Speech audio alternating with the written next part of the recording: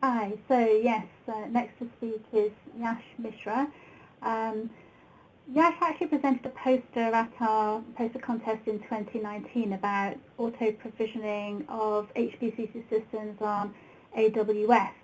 And you can see that poster and his abstract on our poster contest wiki. As I said before, there's a link at the end that you can go to have a look at that. But today, Yash's presentation gives an insight into how he intends to provision HPCC systems on Microsoft Azure. Once he has a working deployed system, he'll be able to answer a number of important questions, such as should an HPCC systems environment on Azure have large number of nodes with small memory or small number of nodes with large memory, or what type of storage will be the best for handling massive workload results, and what should be the optimal auto-scaling setting for Thor and Roxy, and many other questions that I'm sure he's going to cover in his talk right now. So this is a particularly interesting presentation for us, since development plans for HPCC systems to support the cloud at a higher level, including auto-scaling, are already underway. So I'm going to hand over to Yash now so he can tell us about his latest research project. Thank you, Lorraine, for the warm welcome and introduction, and hope everyone is having a great day today. So starting off with me, my name is Yash, and I'm a graduate research assistant at Clemson University, working under the supervision of Dr. Amy Apon. And I've been working on this project, trying to identify strategies and configuring HPCC systems on Microsoft Azure over a month now.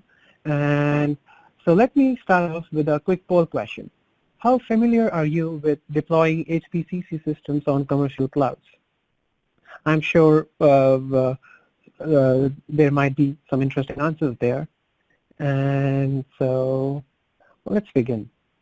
So the overview is as to why do we need HPCC systems on cloud, and then I'll highlight the related work, and then a little bit of Azure deployment strategy, followed by some architectural design choices, and then identifying which option is works for which type of configuration in Azure portal versus ARM templates, and then initial architecture, and followed by expected outcomes. And with for massive computation workloads, researchers and scientists need resources which they only want at the time of actual processing or at the time of actual analysis. And with cloud, you have the flexibility to provide different options for configuring your resources while saving costs. And it also allows you to utilize scalability on demand. And so you need a few set of instances, a few set of computers running up and quick, trying to handle massive data, but you only need it for a given amount of time. With cloud, you have this flexibility to instantly create, manage, and terminate resources. And so I thought it would be really interesting to sort of dwell upon as to how HPCC systems might work when it is deployed in cloud. And related work. Previously, before starting this project, I was working on configuring HPCC systems for Amazon Web Services, and I found out that HPCC systems already have an HPCC systems instance for AWS, and it is a really cool tool. It allows you to provision and deploy Thor and Roxy clusters on demand, and it has a simple web-based interface where you can select which region you want your resources to be deployed in, and you can monitor your running instances directly through your AWS console, and then terminate it with just one click. And that is really powerful. With terminating it, you save a lot of costs related to AWS, since they charge you with a pay-as-you-go basis. So that way you only need the resources when you are actually you only pay for the resources when you actually need them. And so that felt really interesting. So sort of identify different strategies as to which type of configuration might be better for my given workload that I have to run. And moving over to the Azure project, it is it has been an interesting journey so far, and so I had strategized the Azure deployment strategy into two phases, sort of configuring a single node HPCC systems, and then scaling that to multiple instances or multi-node system with identifying. So with configuring a single node, the steps that I had followed, it were, well, first of all, to architect a cloud solution, I developed there was a plan that encapsulated all different resources that I may need, and as to why would I need those resources, and identifying different parameters that may be suitable for a given workload. So to start with the instances, Azure offers different virtual machines that you can use to configure to run your nodes. So identifying the type of compute instances based on cost and performance parameters, and then creating and mounting the disk drive to the respective location, and then configuring the data and log files on those mounted disk drives, and then creating system links to data and log files after the data and log files have been mounted, and then finally installing the HPCC Systems package from the website, and then cleaning log files and starting the cluster. A special thanks to Dan Camper, who has been mentoring me for this project along through the journey, and getting to learn more about the internal working of HPCC systems and configuration management. And then when it comes to multi-node instances, there is a flexible feature of scalability which we intend to assess, and also configure the different distributed file utilities to handle data first being sprayed into the Thor cluster. And as to going on to designing the architecture for a cloud-based deployment in Azure, I had come over a few architectural design choices. And for instance, in which type of compute node would I need? Azure provides plenty, like a wide array of compute resources: A series, B S series, D series, and A series is suited for entry-level workloads. BS series is more like economical postable virtual machines, and D series is general purpose compute, which are used for more in-demand analytics type of workloads. And depending on and the pricing is also based on the type of compute you use. So A series is cheaper, is the cheapest one, and then BS series is a little expensive than A, and then B is slightly more expensive. So based on the cost constraints and the pricing of instances to test with, that could be a deciding factor as to which type of virtual machine would you prefer based on your workload and also the cost requirements. And then for small workloads, you can configure single CPU with let's say like 2 gigs of RAM or 4 gigs of RAM, and then you can alter the memory configurations and see how your workload is performing, and sort of get a better idea as to which configuration would be best. And that actually is a flexibility that you can get with cloud. You can configure different settings for your system, and then play with those settings when they are deployed, and then identify which would be a better one as opposed to something else.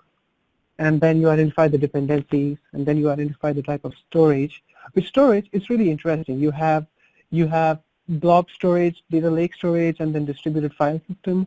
And with blob storage, it allows for massively scalable object storage for unstructured data. And then data lake storage is limitless storage for analytics data. But we'd have to keep in mind the costs associated with these. So data lakes might be more expensive than blob storage, and blob might be a good starting point if someone wants to deploy their test workload initially, followed by followed by data lake storage, which might be a more expensive option, but it is efficient than a blob storage. And lastly, you would also have some region considerations, because you would need for high performance, you might need low latency. So if you are deploying it in a region which is close to you, you might have a better performance if you're as opposed to if you're deploying your clusters in a different region. And the pricing of a few services in Azure depends on the region in which you're deploying. So before deploying, I would recommend considering using the Azure price calculator, which would allow you to which would give you a brief idea as to how your costs might be estimated. And then the resources to map on Azure, to map out on Azure, were started with Thor and Roxy clusters and followed by the system service, identifying where the DALI connects, identifying where the DFU server connects, and then configuring the drop zone, ECL agent, ECL server, ECL scheduler, ESP server, the Sasha instances. And then there are, Azure offers templates called ARM templates, Azure Resource Manager, which are sort of similar to CloudFormation templates in AWS, Amazon Web Services. So with ARM templates, the idea is it allows you to configure your entire infrastructure as a code, and it allows it's a JSON formatted template, JavaScript object notation, where you can configure your resources that you would need on demand and deploy any scripts that you would want the system to be launched with for pre-configuration purposes. And it also allows easy orchestration of resources.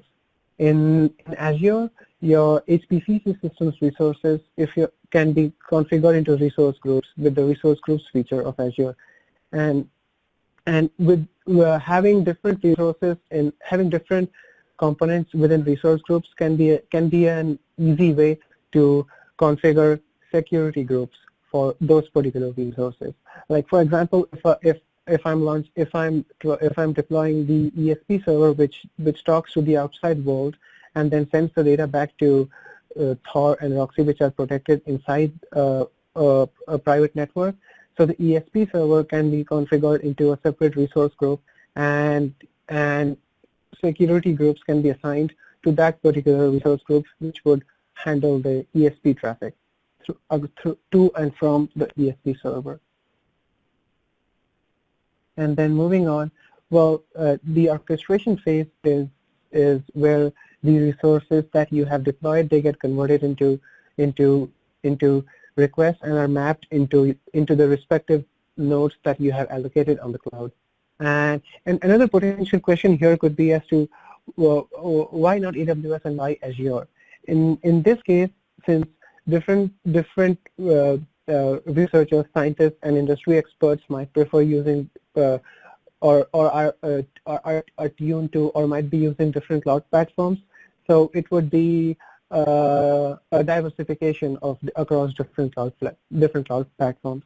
So there is already an HPCC Systems instance for AWS that lets you provision and monitor and run your clusters on demand while maintaining your cost requirements and workload requirements.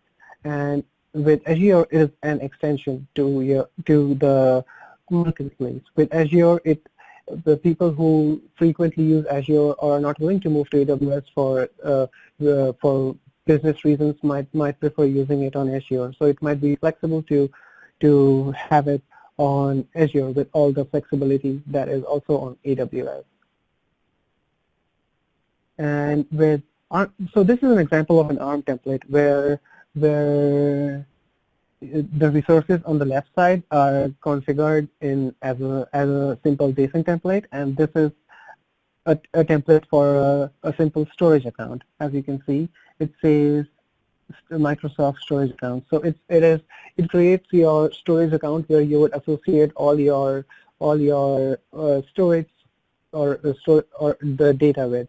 In this case, it allows you to put in, select the location where you want, and also the type of the properties associated with the storage. For example, here it says standard LRS. LRS stands for locally redundant storage.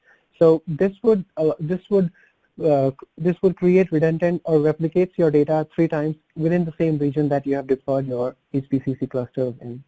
And so sort of it automatically converts that template resource manager.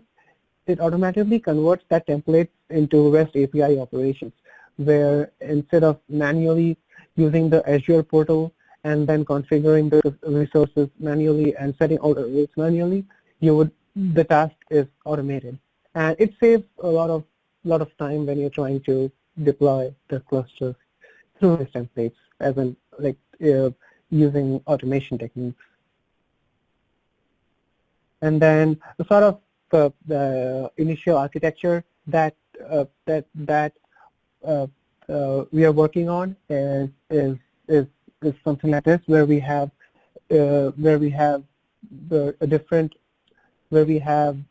everything within a private network, and then the respective Tor and Roxy components.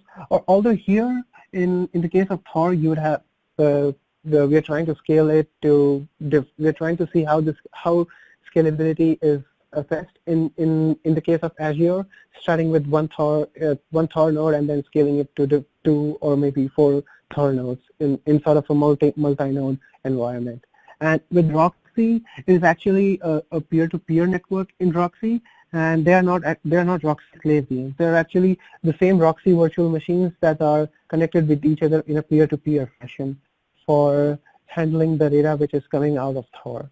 And then the landing zone for unstructured data, it would send in it's actually the ESP server that would be talking to the outside world, and everything else would be protected inside a private network for security reasons, so that data inside does not leak outside and stays safe and secure.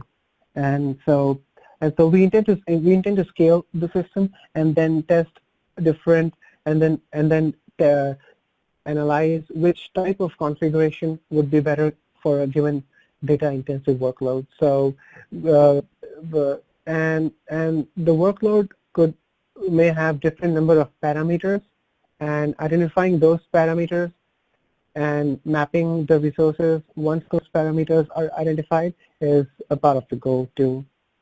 And then we have well, the expected outcomes are configuring a scalable HPCC systems on Azure cloud. And right now it is a single node deployment, and we are trying to assess its scalability as to how we can scale different Tor nodes, and then how we can scale different Roxy nodes, and also identifying the best configuration. And when it comes down to the different HPCC systems environment and as to which type of nodes would they have, so if there's if the data intensive, if the workload isn't not too small, then it is recommended to use smaller virtual machines or smaller instances that are less expensive. For example, the D series. That way you can achieve optimal performance while minimizing your costs for running your small size workload. Excuse me.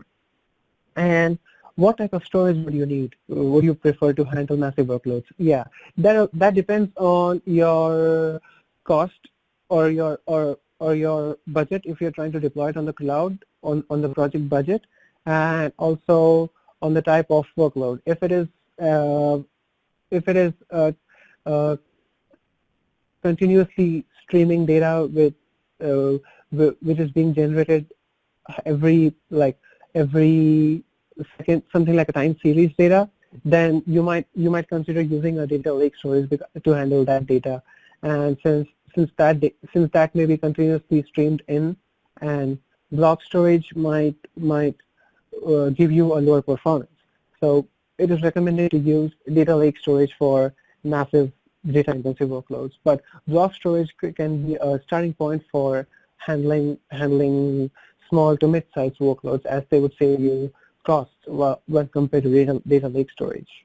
And we are working on identifying optimal auto-scaling settings for Tor and Roxy instances as to as to the which configuration for a Thor would be better for given workloads, and that way it would be helpful for researchers to use and optimally configure settings. They would not have to spend time on configuring their environment based on their workload.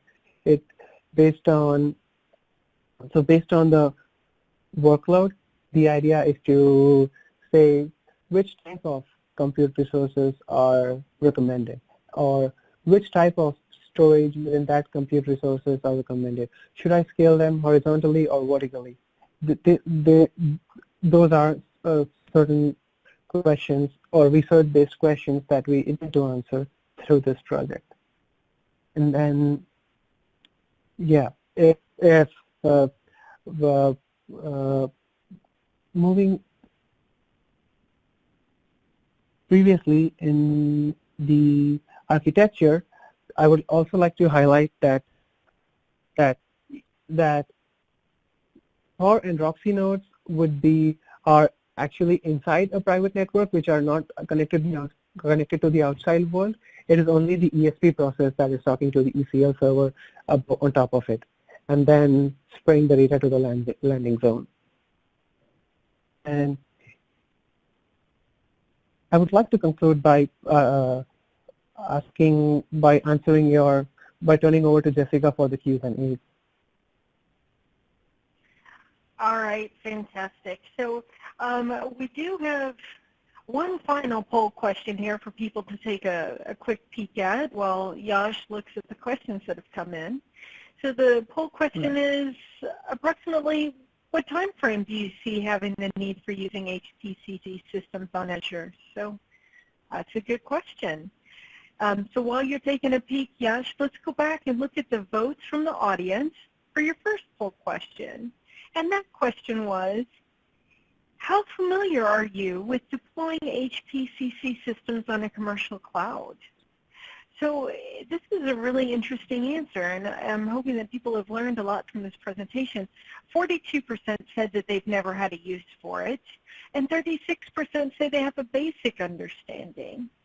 15% have an intermediate familiarity, and 5% are proficient. So definitely there's a lot of folks that are still at the beginning side, still deciding if they have a use for it or just kind of getting started. So I hope that you folks are walking away with something interesting there. Yeah. All actually, right. Yeah. Go ahead. Well, I was just going to say that is interesting, and since cloud is right now emerging, so as time progresses, it will be I feel it will be more and more available to people in the community and everyone else. Yeah, I think this is a very useful project for sure. All right, so we've got a few questions that have come in, so I'm going to go ahead and start reading them if you're all right with that, Yash. Yeah, sure. Yeah, and it looks like more questions are still coming in, so that's amazing. Right. All right, let's see. Yeah. So the first question is, would you have HPCC Systems or Azure scale horizontally or have it scaled vertically? So that's a good question. Well, scaling horizontally means that having based on the workflow, trying to add more number of instances or more number of nodes, whereas scaling vertically is increasing the quality of a single node, like adding more processing power to it, adding more CPUs to it, or adding more storage to it. So to answer that question, like while scaling horizontally would be a great way to analyze computation across different workloads, I feel scaling horizontally would be good to focus on, as you can have different instances running all together, whereas scaling vertically would help us answer different questions based on about the system configuration itself. Where since you would scale the system, you would add more components to the system, like you would add more number of, let's say, more RAM to it, or you would add more more storage to it. That would be a great way to identify which configuration would be better or which would be recommended for a given workload. All right, perfect. So here's another question. How do you think about containerizing HPCC systems? That's a good question too.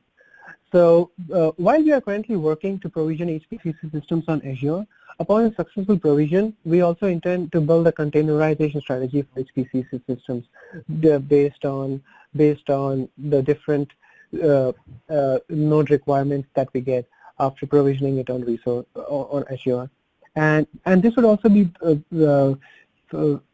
containerization. It would also be beneficial to migrate the environment across different platforms without any cross-compatibility issues. So containerization is also a good future step after a successful provision on Azure. All right, and here's another question for you, Yash. The ARM template looks like JSON. Is that correct?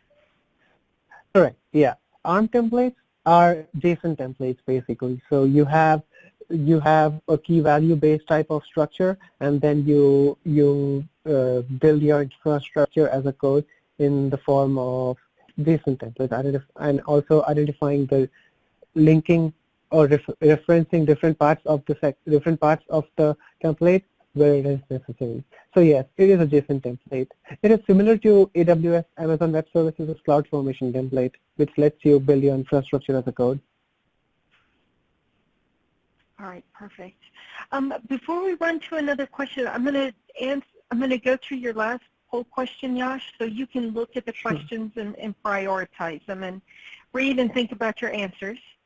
So going back to the poll questions, the last one was, approximately what time frame do you see having the need for using HPCC systems on Azure? So 42% said 4 to 6 months. 14% said 2 to 4 months. 14% said immediately. And 21% said not in the near future. Well, a tiny 7% are looking at the hybrid cloud deployment model. So it sounds like in this audience anyway, people are sort of across the spectrum. So it's really interesting. Right. All right.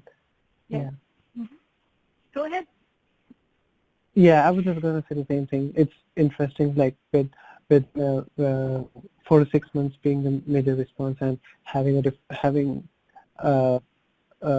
equally diversified results. Yeah, it really reflects the results of the first poll question too, right? We've got people at all sorts of different stages. That's fantastic. All right. So here's our next question. Were the AWS resources for this cluster set up manually? And if not, what tool are you using to orchestrate the cluster? So for AWS clusters that I had used previously, it was CloudFormation templates using that were deploying the clusters. I believe they already have the HPCC AWS instance for cloud, and so for me, I had used the CloudFormation templates. If I had known about the AWS instance previously, I would have directly used AWS instance for testing the workloads, which is interesting to test the real workloads, given the necessities of clouds. All right. All right, here's another question for you. HPCC Systems has supported the AWS cloud for quite a while. When transitioning to Azure, do we anticipate the same easy templates starting our HPCC Systems clusters, or will there be a more difficult learning curve? That's a very good question, and I had an experience with that too. So with HPCC Systems, while transitioning to Azure, you may have to modify your approach or have a few changes, because certain services in AWS have strategies that might work for a few services for deployment on AWS may not work in Azure. So starting point that I used was to identify different Azure resources and then map out the HPCC infrastructure using those Azure resources and compare as to how it differentiates from AWS. So there may be a few differences within the services that can be used, since Azure may have since different services in Azure, like for example the storage, the blob storage and data lake storage, they may have different stack or architecture when compared to the storage in AWS. For example, like simple storage service S3 or elastic block store. So there may be a learning curve would be for identifying different cloud development strategies in terms of Azure. And since that's one trade-off in working with clouds, like certain strategies or certain techniques with AWS may not work in Azure. So you would have to learn a little background in the different cloud platform and then use the existing techniques or modify that, fine-tuned tuning it to the new cloud platform. All right, thank you so much, Yash. And that's the last that we really have time for questions, but we kind of have a guest speaker with us today. Richard Chapman is on the line, and he heads up our development team. And he's here today with Lorraine. And Richard, would you have something to add here? Sure. I was just reading through the list of questions over Lorraine's shoulder of ones that were coming up and thinking, actually some of these are ones that I might be able to answer at least as well as Yash can, because I've got a bit more information about the direction the HPCC platform is going in the next few months that he may not have. In particular, we are very much focusing on containerizing the HPCC platform with Kubernetes as our primary target for that containerization, which should allow us to deploy the HPCC platform equally easily onto AWS or Azure or indeed the Google Cloud Engine with very easy horizontal scalability of the Roxy and Thor. It's early days in the design of exactly how we're doing it, but the goal should be that the platform will run on under Kubernetes effectively, as Kubernetes is designed to run platforms, i.e. it's a real cloud native system, not a lift and shift of the existing bare metal system. We will still be supporting the bare metal system, but if you're using HPCC in a cloud environment, you should be viewing it as a real cloud system.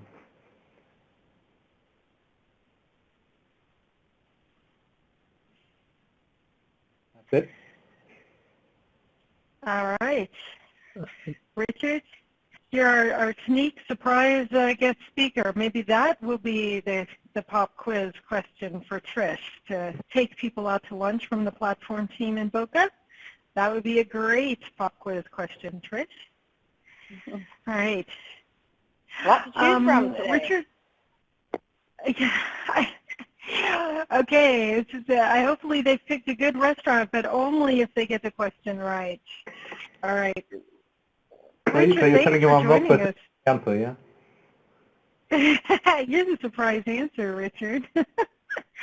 All right. All right, guys. I think that's all we have for Yash today. Richard, unless there's anything else you want to add. Looks like we've got a mess of questions, but you gave us some good information. To see if any of them were ones that I could easily answer. All right. Thanks, Richard. Thanks so much, Richard. even with after having a deployment in Azure, we intend to focus on containerizing HPCC and then sort of focusing on a cloud native system with Kubernetes. Yeah, I mean, we will be obviously treating Kubernetes as our primary target, but AWS and Azure will both be systems that we'll want to make sure that we document in detail how to run on and treat as test systems fully supported. Right, correct. All right, thank you.